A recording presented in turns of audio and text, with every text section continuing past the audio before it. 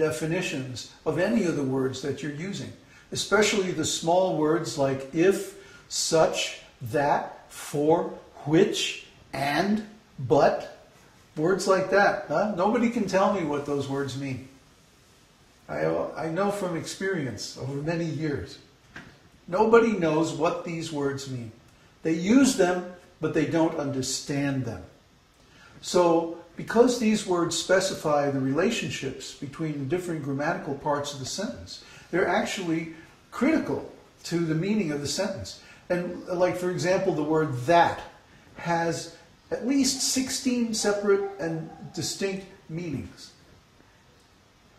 So if you encounter the word that, or such, or for, or which, or by, in a sentence, and you don't know the correct meaning, maybe you get the whole sentence wrong, because it connects two parts of the sentence in a certain relationship. So if you guess the wrong relationship, then you completely misunderstand what the sentence is trying to say. So you have to become familiar with all of the definitions of the common words of the English language and how they're used. And this is going to be a whole adventure, because now you're going to have to actually learn grammar and syntax. Huh? For example, the word that in the sentence, I had a wagon that was red. Huh?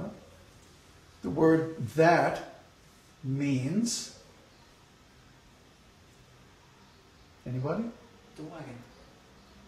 No. It's not a pronoun. In that sentence, the word that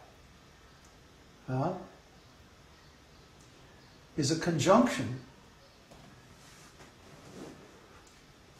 And what it does is it signifies the beginning of an adjectival phrase.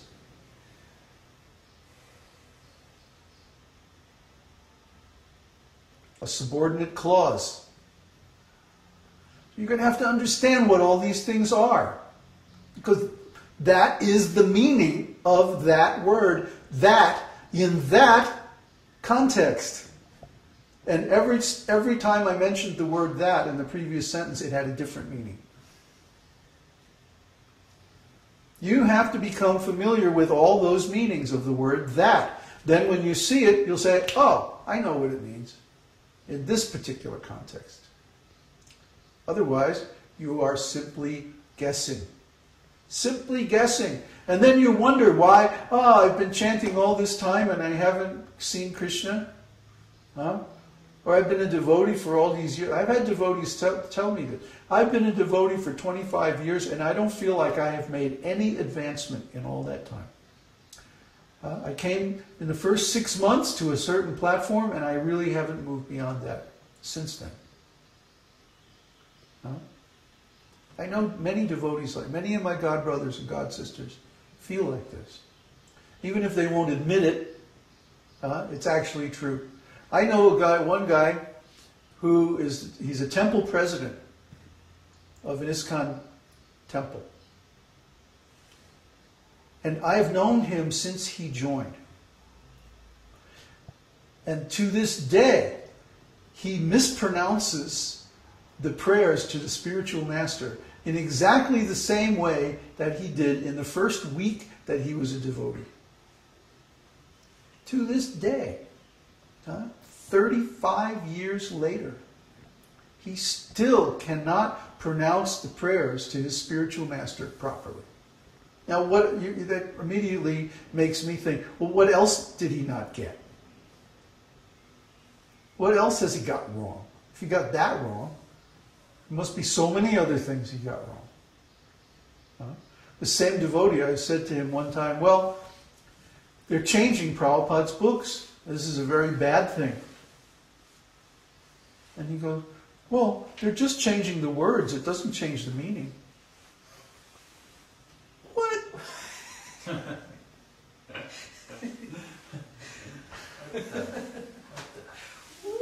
Yeah, you see? So these are the attitudes that lead to these kinds of amazingly nonsense ideas that it's okay to change the spiritual master's books. Stuff like, no, you can't do that.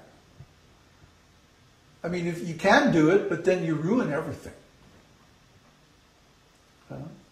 So, when you first begin this process of clearing words, this is what's called word clearing, or clearing words, or clearing misunderstood words. By looking up every word in the dictionary, at first it's very laborious and time-consuming. But sooner or later you're going to learn all those definitions, and then it becomes quicker and quicker. Until now, I don't even have to look up the words. I already know the definitions.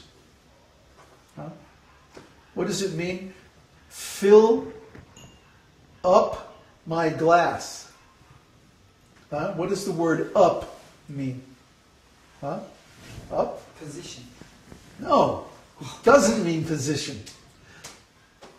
See? If I was going to fill the glass up, that means I would fill the glass on the top shelf or something like that. No, it doesn't mean position. It means in or into a condition or state of fullness or completion.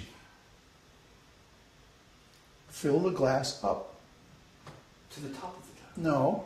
Fill the glass until it is completely full. Isn't that what it means? Fill it up. You go to the gas station. Fill it up. That means fill it into a state of completion or fullness until you can't get any more in. See? That's what it means. But there are 16 other definitions of the word up. And they all mean something distinct and different. I went up to see my brother. He lives on the hill. Yeah, well, you see, it's not that simple. These words have different meanings in different contexts. And you have to be familiar with those meanings to know what they are when you see them. Otherwise, you're just guessing, just like you were just guessing. I've been pounding on Kanai ever since I've known him to use the dictionary to look up words. I do. I just forget them very quickly. But the first 6 months he didn't believe me. I did. Now he believes me, but I was intent. we had a dictionary. Okay, so anyway, are there any other questions? Yes. From Keiju. Is it not said that it's as good as being in Vaikuntha, even in the material existence? Even in this material existence, if in Krishna consciousness? If you're in Krishna consciousness. But see, what is Krishna consciousness? It's not some ritual, it's not some religion, it's not belonging to some organization, it's not putting on a certain kind of clothes, it's not parading around and saying that you believe in a certain book, it's not belonging to a particular club or organization or anything to do with this material world, because it's consciousness. And we have, I don't know, we've spilled gallons of ink, digital, of course, over this idea of what is consciousness. I'm not going to go into it now because it's a whole big, long, complex explanation, but we have articles in the book on transontology very specifically about what is consciousness. And consciousness, as it turns out, is extremely complex. It's not simple at all. Even material consciousness is not simple. What to speak of spiritual consciousness? Spiritual consciousness has all these different shades and qualities that are extremely subtle. These are all described in the Nectar of Devotion. Everyone should read this book, and especially the last section, about the last 1/3 of the book, which is about the science of rasa. Because transcendental consciousness is completely based on rasa. Rasa means the ecstatic, transcendental emotion, the quality of our consciousness of Krishna. See? To say in the beginning that I am a servant of Krishna, this is a very basic introductory form of rasa. I'm a servant of Krishna. Actually, rasa is a tremendous science. And if anybody understands even a little bit about rasa, then they become immediately an expert writer, musician, dancer, or whatever art they want to pursue. Because all art is based on rasa. All art is based on emotion. All art, real art, is based on our relationship with Krishna and expressing that in different ways. So we should understand this science of rasa, which is given in the Vedic scriptures. All the examples are there in śrī-bhagavān, and the analysis of those examples is there in the Nectar of Devotion.